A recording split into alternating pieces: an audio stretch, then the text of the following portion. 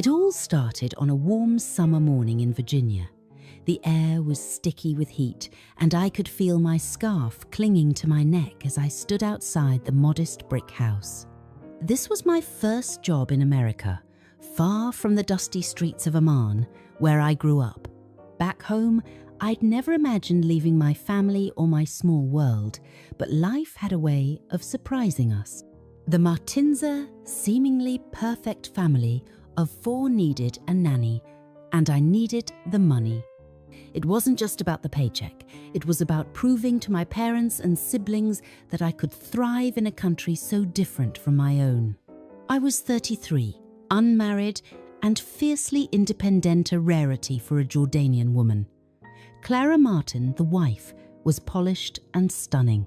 She wore tailored blouses and designer heels that clicked against the marble floors of their spacious home.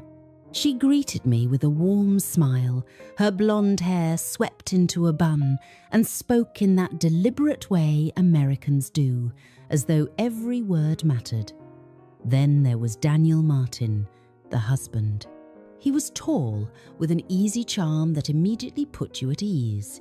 His sandy brown hair curled slightly at the ends, and his laugh lines hinted at a man who had seen joy, not just stress.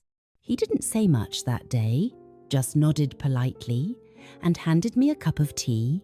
Their children, Lily and Noah, were 5 and 3, full of energy and endless questions. I was nervous, of course. I'd never worked as a nanny before, but Clara assured me my experience as the eldest of 6 siblings would suffice. She was kind, but I could tell she was a perfectionist. She handed me a thick binder of rules, meal plans, daily routines, emergency numbers, and even instructions for folding laundry. The first few weeks were uneventful. I'd wake up at 6 a.m., prepare breakfast, pack Lily's lunch for school, and keep Noah entertained until nap time. My days were filled with storybooks, finger painting, and chasing Noah around the backyard. At night, I'd retreat to my small room in the basement, exhausted but content. It wasn't until one afternoon, about a month into the job, that I noticed Daniel watching me.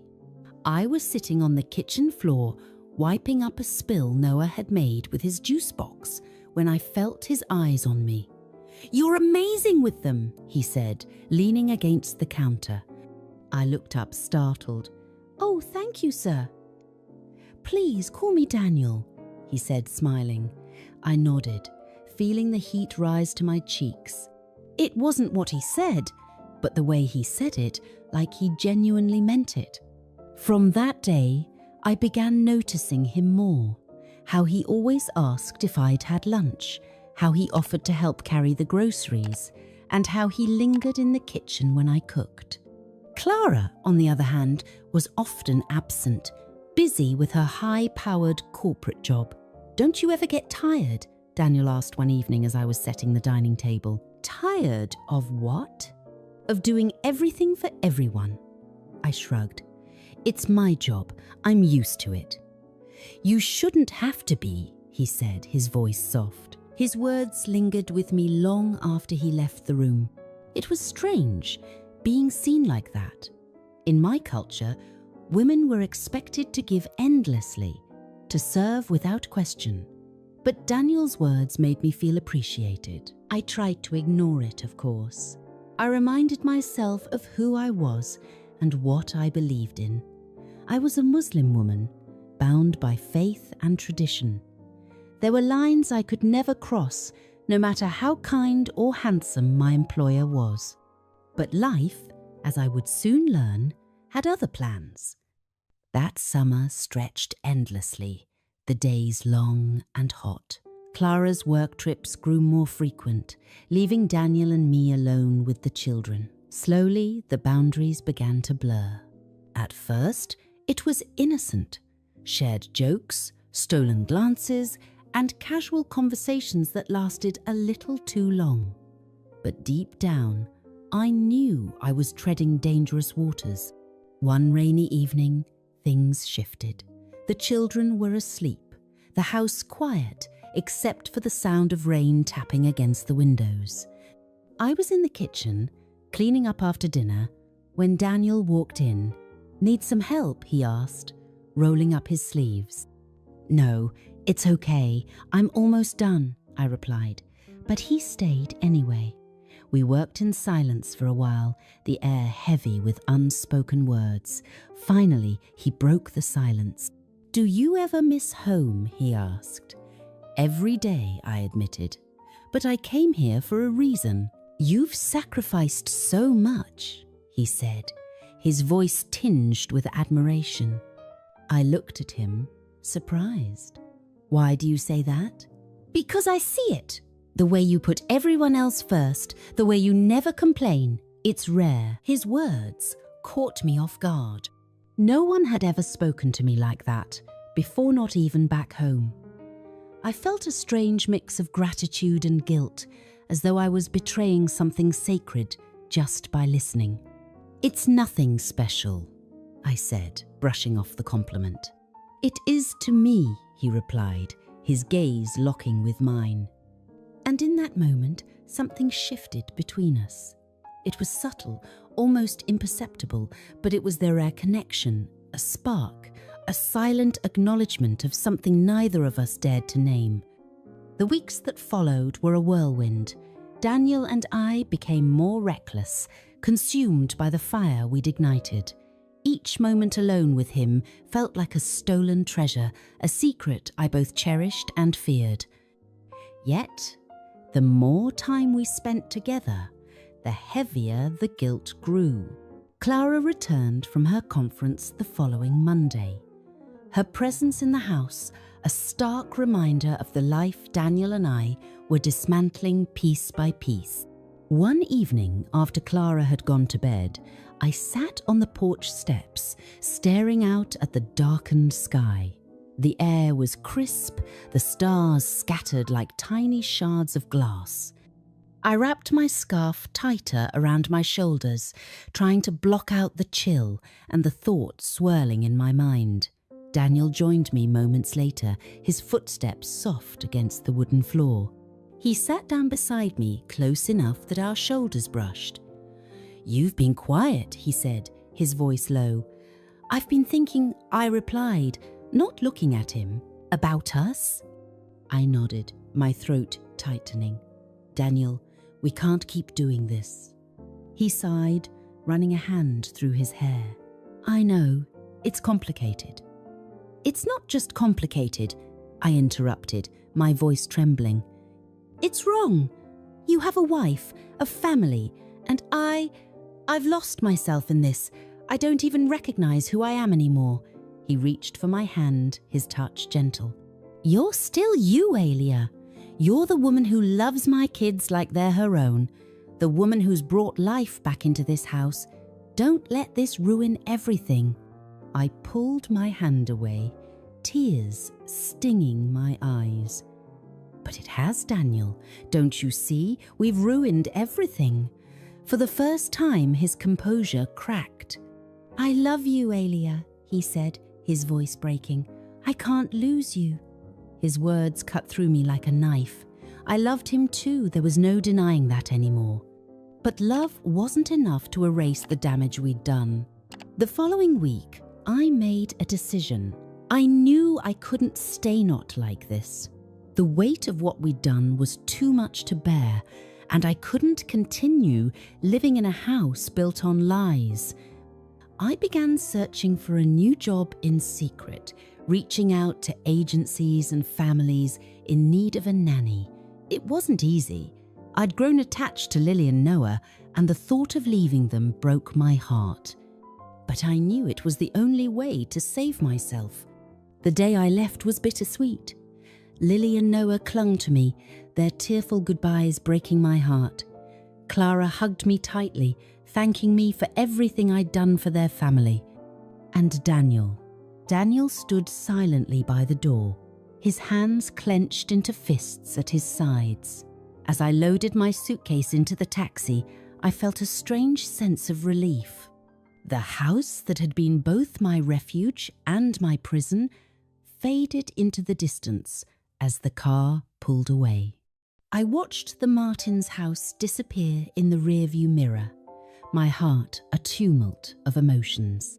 The children's tearful goodbyes echoed in my mind, and Clara's hug lingered on my skin, her warmth contrasting sharply with the weight of the secret I carried. But it was Daniel's silence at the door that stayed with me. The Mosthis expression was a mix of sorrow and resignation. He hadn't said a word as I left, but his eyes spoke volumes, full of emotions I wished I could forget. I spent the ride in silence, staring out at the unfamiliar streets, my hands clutching my scarf. For the first time in months, I felt like I could breathe, even if the air was heavy with guilt and loss. I told myself I had done the right thing, even though every part of me ached. I had walked away, not just from the Martins, but from a version of myself I didn't recognize anymore. Life had moved forward, as it always does. I was back in Amman, running a small community centre that offered classes and jobs for women. It was something I had dreamed of for years, a place where women could find independence just as I had. The work was challenging but fulfilling, and in this space, I began to piece myself back together. One afternoon, as I was organising a shipment of handmade goods for a local fair, a voice called my name. "Alia?" I turned and froze. It was Clara. She stood in the doorway of the centre, dressed simply in loose linen pants and a plain blouse. Her hair had streaks of grey now, and her face was softer, less polished than I remembered. For a moment, I couldn't move. Memories of that summer came rushing back, sharp and vivid. "Clara?" I said, my voice barely above a whisper. "What are you doing here?" She smiled faintly, stepping inside. "I was in Jordan for a conference. Someone mentioned this centre, and I had to see it for myself. I didn't know it was yours." Her gaze swept over the room, taking in the colourful scarves and pottery lining the shelves. "It's beautiful." "Thank you," I said cautiously. My heart pounded as questions swirled in my mind. Did she know? Why was she here? "How are Lily and Noah?" I asked, my voice steady despite my nerves. "They're good," she said, smiling. "Lily's in 3rd grade now, and Noah just started soccer. They still talk about you, you know. They miss you." My chest tightened. "I miss them too," I admitted. We stood in silence for a moment before she spoke again. "I didn't come here just by chance, Alia." Her voice was softer now, almost hesitant. "I've had a lot of time to think about that summer. About you. About Daniel." My breath caught. She knew. I opened my mouth to respond, but she held up a hand.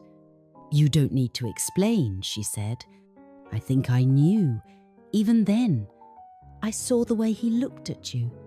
I told myself it was nothing, that I was imagining things.